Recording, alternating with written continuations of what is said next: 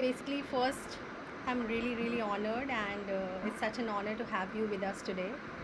You have been a huge inspiration, and through your work in building communities and opening doors for women in tech, especially. And I'm so excited for this conversation. And welcome to MD Bot for her.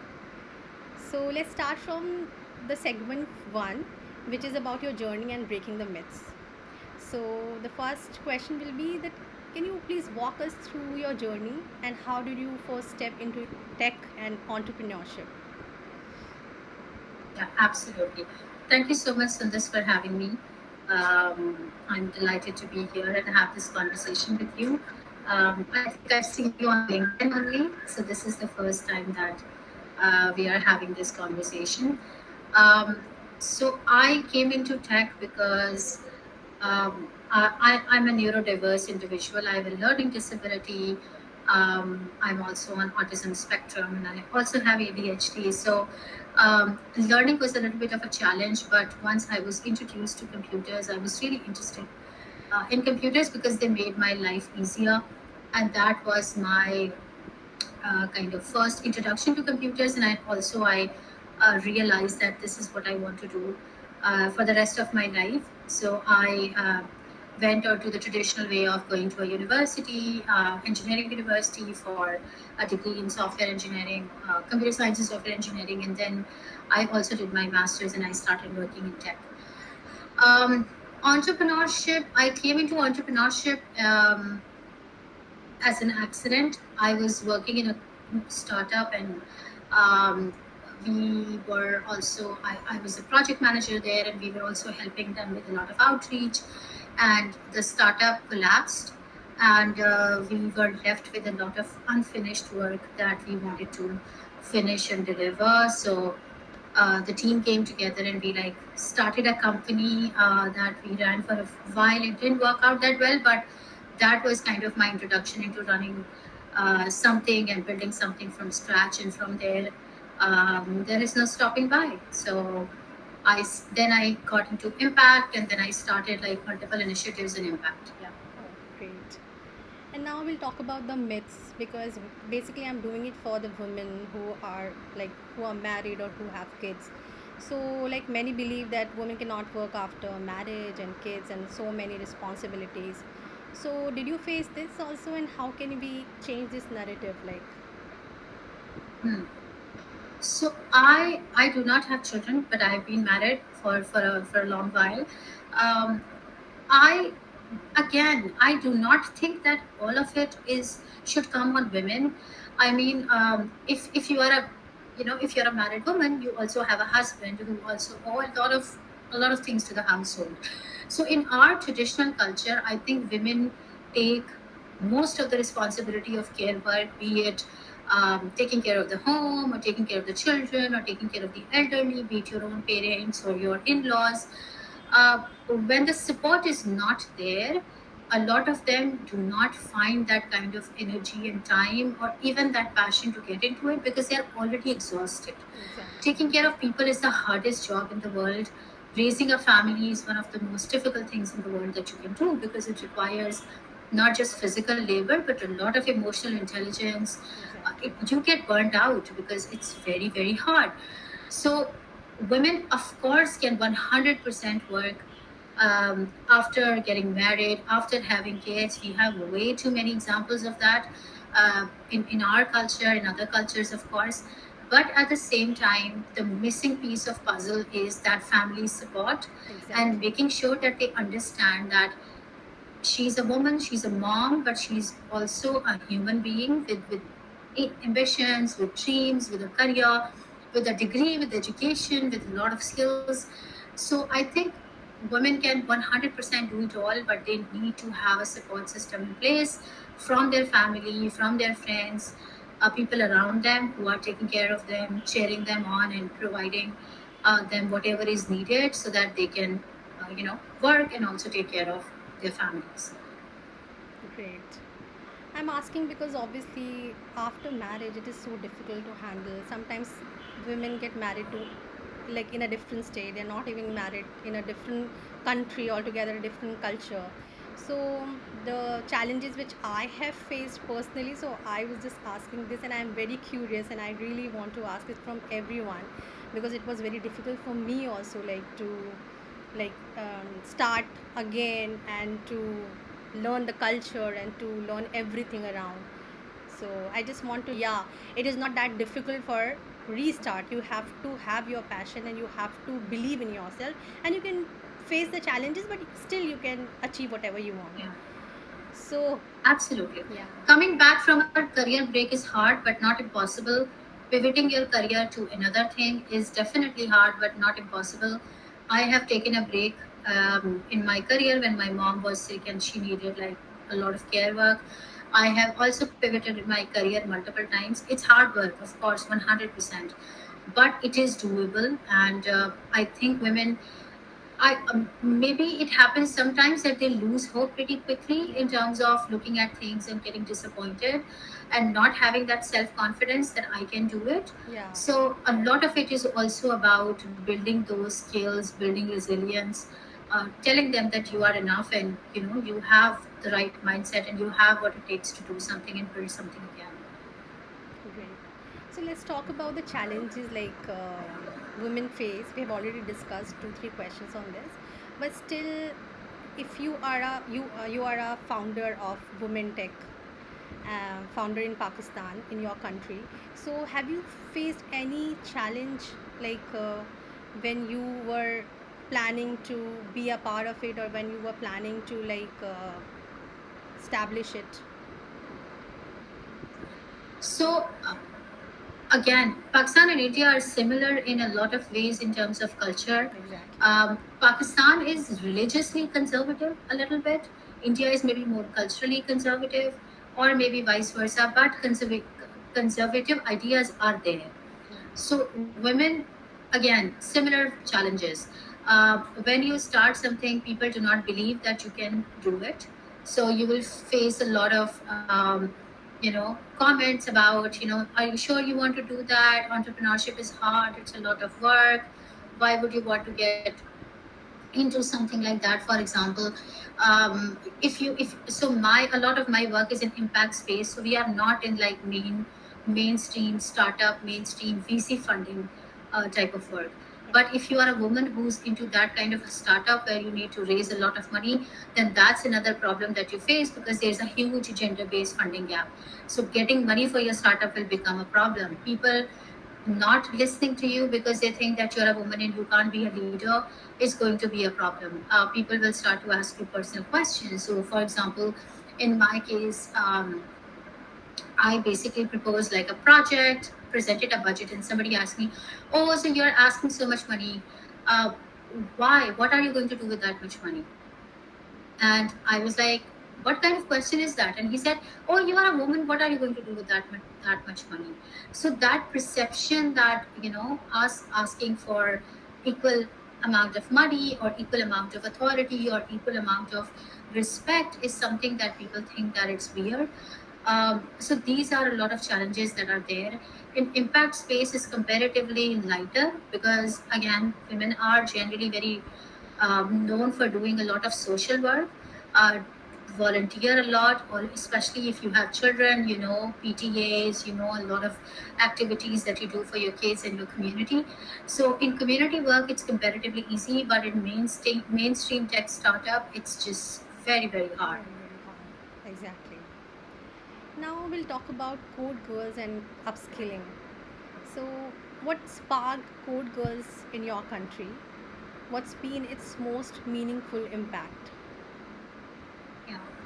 So I started basically with, so I was working in tech. I'm still working in tech like full time. I do a lot of consultation with technology product development, mostly in the US. Uh, uh, all of my like clients and products that I work on are in the US. I started Women in Tech as a community, and then from that community, my kind of idea was that technology doesn't require a degree, even though I have two, but still. So if you're somebody who's skilled, you can learn how to code, you can learn how to build software, and you can also work in tech. So I had this idea in my head that I'm going to start something for women who are from non traditional backgrounds. and we'll see if we can teach them how to code, and maybe they like it and they decide to stick with it. So I was in my head, I was planning for it, I had a bunch of plans in mind, and then a friend of mine reached out and she said that I have some money and somebody who's interested in doing something similar. Do you remember you spoke about this? Do you still want to do it? And I said, why not? So we started in 2018. So we have women who are coming from different backgrounds. We have dentists, we have women who are just high school graduates, we have women who are 18 and women who are 45, uh, all different sorts of women who come, and we teach them how to code, and then we help them find employment in the tech industry.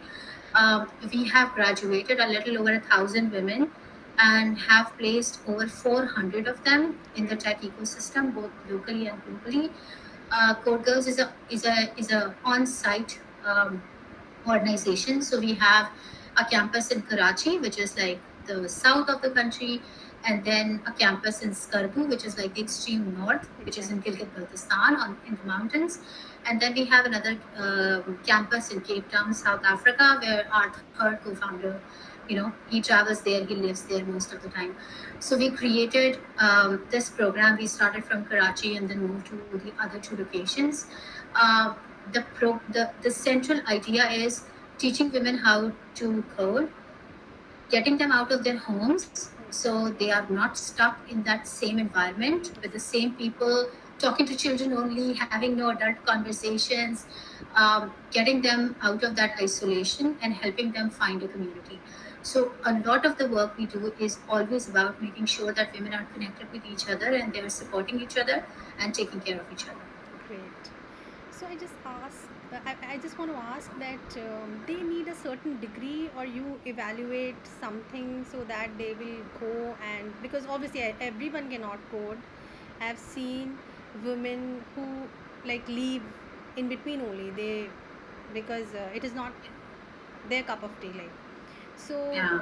they require certain degree, or they should have some subjects in which they are good at. That's when you Hmm. choose those girls or women. Yeah, so we have a recruitment process because this is a funded program, right? Women are not supposed to pay for the education that we give them. So we need to make sure that we are getting the women who can complete the program. Otherwise, it's going to be wasted donor money, which we don't want to do. So the recruitment process is that they apply for the program.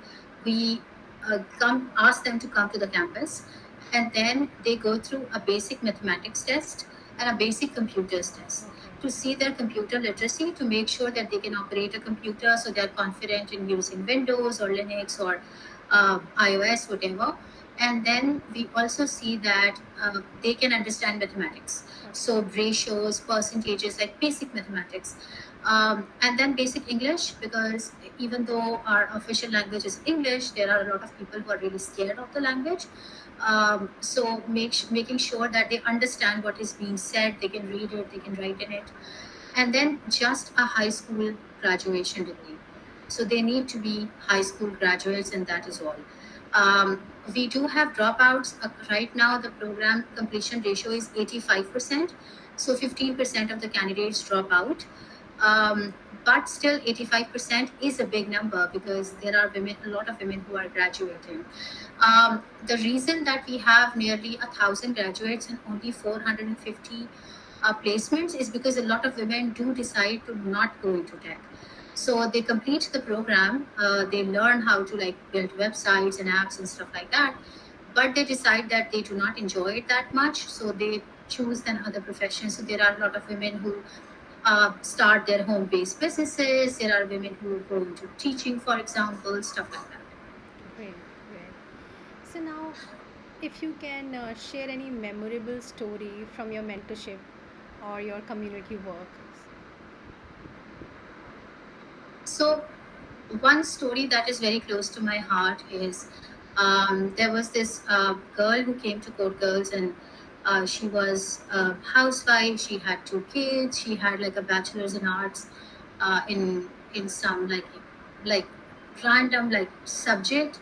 And she was living like in a joint family situation and a lot of responsibilities, of course, kids also. She came to the program and she started enjoying coding, and then we we had like an opportunity where we could place a few of our women in a very expensive data science bootcamp. So I picked her because I could see that she has a lot of potential. Potential. She went into that program, she completed that program, she got hired as a data scientist, and somebody who doesn't have any mathematic background started working as a data scientist. Great. And then eventually she realized that she wants to work in impact.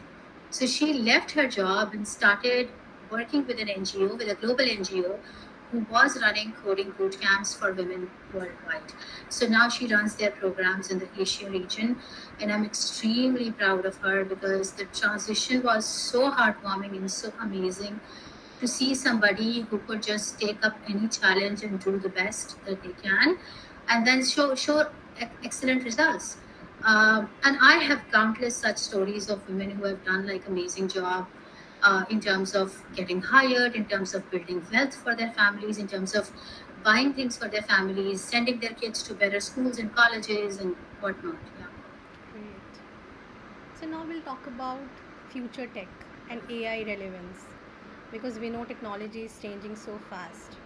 So in this era of AI driven world, what should women returning to tech focus on first? Like what should they focus?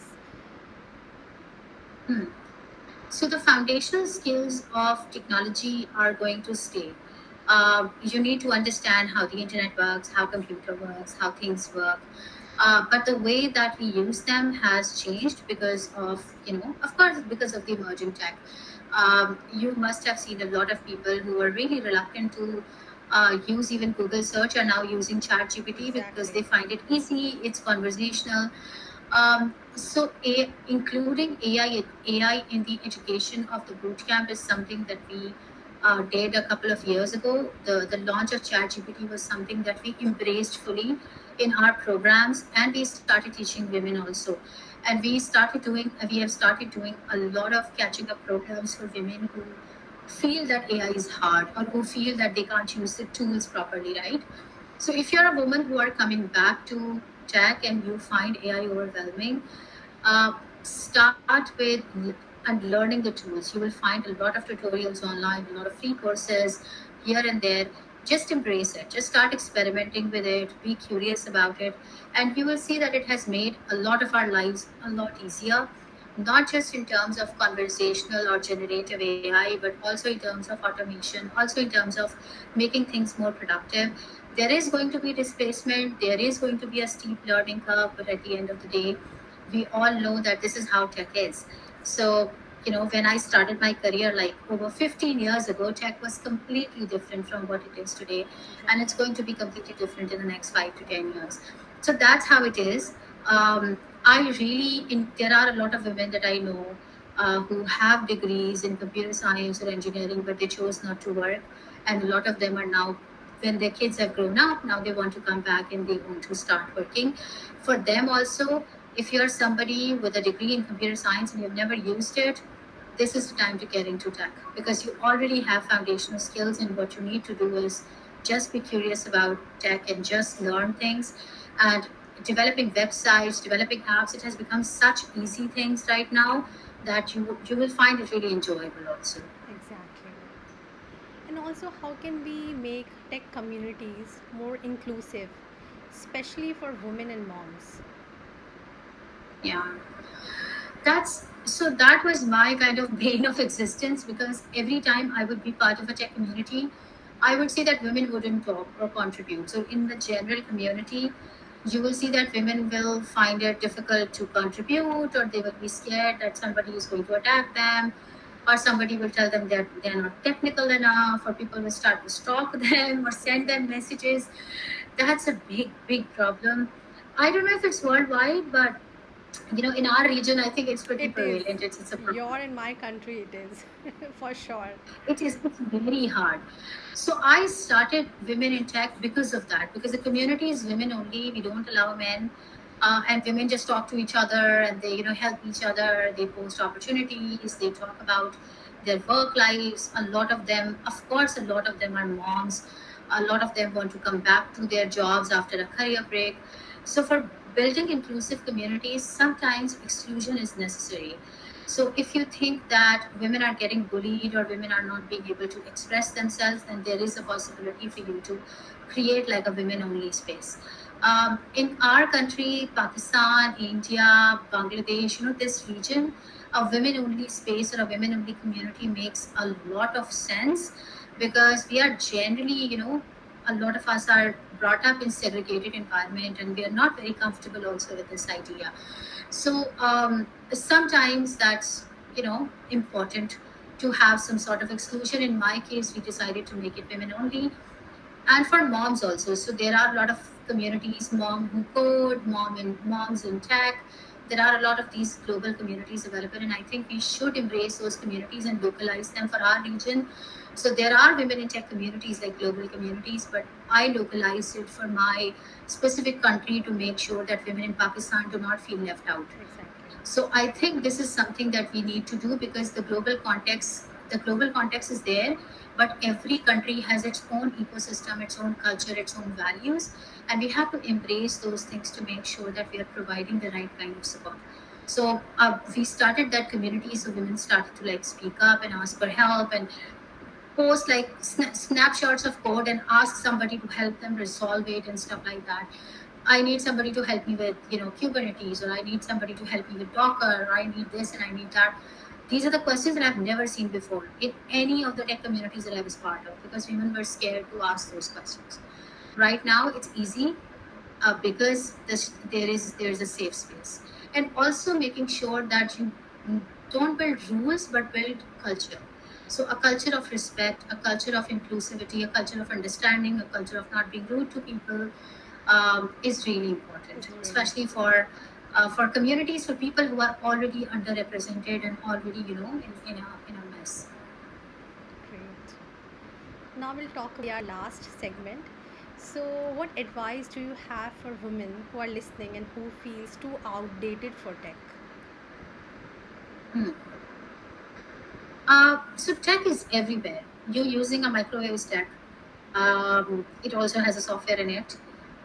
There is an issue of confidence, and there is an issue of exposure that is there, and I think this is something that we need to work on. In Pakistan, especially, there's a huge digital gender divide. A lot of women do not have cell phones or smartphones. It's a big problem, right? Especially in rural areas, in more conservative areas, or areas with a lot of poverty. So, so a lot of them, when you bring them to tech, women who are older, for example, in their 50s or 60s, or women who are not that educated, or women who are from a different socioeconomic class, the idea is to make access easy, and making sure that you give them confidence that this is a tool that you can use. This is not something scary. So when we introduce women to, different tools, and they get scared that, oh, I won't be able to figure it out, it's too hard, there are so many things on the screen, what do I do? So we tell them to make mistakes. We tell them to, it's fine, you'll go somewhere wrong, you will figure it out. You have Google, ask questions, learn to troubleshoot. So the basic thing that needs to be taught is teaching people how to troubleshoot and how to explore things, so that that fear goes away. And this is something that we do because, as I mentioned, that our program has women from a very wide age range. So there are women as young as 18 and as old as like 50 years old. So we have to make sure that the program, the curriculum, the trainers are inclusive enough to, you know, help them. Sometimes you also run like basic digital literacy sessions also, to make sure that we bring more women to the fold where they become digital literate or they become computer literate. And also, what's piece of advice you wish you had earlier in your journey? Like, this is my personal question because I really want to know that what exactly we had to do earlier in our journey, which could be more beneficial and which could make us Hmm. more. I think the biggest mistake I made, which I now consider a lesson for my life, and I tell everybody about it, is break out of the isolation. I am so in my family, I was the first woman who went to an engineering university, the first one who went into computer science. I'm the eldest. I have two younger brothers. I had nobody to talk to. in the family, to tell them what is happening at university. I'm stuck somewhere, I need help.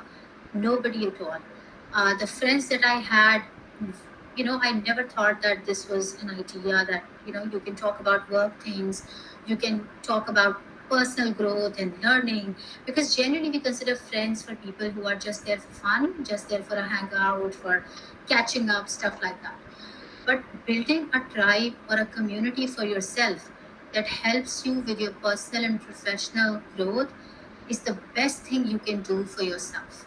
And if you're somebody who's young, who's a student, I'm telling you, it's going to save you from a lot of heartache, a lot of headache, because you will have people who are going to help you process things, who are going to give you good advice, who are going to mentor you, who are going to sponsor you, who are going to connect you with opportunities. This is something that is really needed, Sundar, because we all feel as if we are alone and we don't know who to talk to. There's a work problem, there's a problem at university, I don't know where to go. So, building that tribe, that community for yourself, I built it pretty late in life. So I am nearing my 40. I built it, 9 years ago for myself. So I've spent nearly 30 years of my life without that support. And it was horrible. So I think this is something that is really important, to break that isolation, reach out, ask for help. If you want a village to help you, you also have to be a villager. So provide people with support, say yes to things, give your time, give your attention to people, listen to people. So I think getting out of that isolation and finding your tribe is the best thing that you can do, and I think this is going to be my advice. Great. Thank you so much. And lastly, how do you balance multiple roles like you are CEO, you are founder, you are mentor, you are speaker, and everything so gracefully? I really want to know. There is a lot of chaos behind this composure. Trust me on that. I think for me, the thing that works the best is to make sure that I'm clear on my priorities. I am somebody who really likes to be on top of things in terms of my schedule, in terms of I run by my calendar. I run by my task list. So I'm somebody who's very, very uh, conscious about that. And this is something that has been a saving grace for me for all my career, because I am somebody that people can rely on, that if she said that she's going to be there, she's going to be there because it's in her calendar, and she's not going to go against her calendar. So I think that is the only thing, but still chaos is there. There are days when your life wants more of you, your family wants more of you. There are days when work demands like 18 hours or 16 hours or even 12 hours. So that's fine. There is, I think, work life balance is a myth. You show up where you are needed the most. Sometimes it's just your family that you have to take time off, you have to be there for them, you have to take care of them. And there are days when you have to tell your family that I'm sorry, but these 2 days are crazy. I'll be busy. I'll make it up to you. Let me just handle this.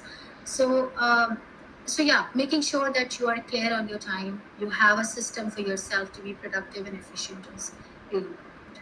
Great. Thank you so much. I think I'm done with the questions also, and it was so amazing. And thank you so much for sharing your journey, your insights, and your heart with us today. And this conversation was not just inspiring but deeply grounding for every woman who is trying to navigate her places in tech. Not only in tech, if they want to go some, like they want to explore some other things, they can do that also. But I just want to say that women should come out from their shell and do whatever they want to do, because a very like personal thing, but yeah, but I really want that women should come out, not only in tech but in other places as well, whether she is Absolutely. just starting out, restarting, or simply trying to believe in herself again.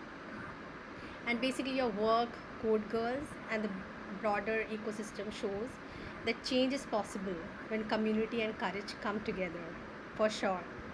And to everyone listening, remember it's never too late and you are never too small to start, as Miss Faiza has already discussed everything with us today. And also, thank you so much, ma'am, once again. And it's been an absolute honor to have you on AmdiBot for her.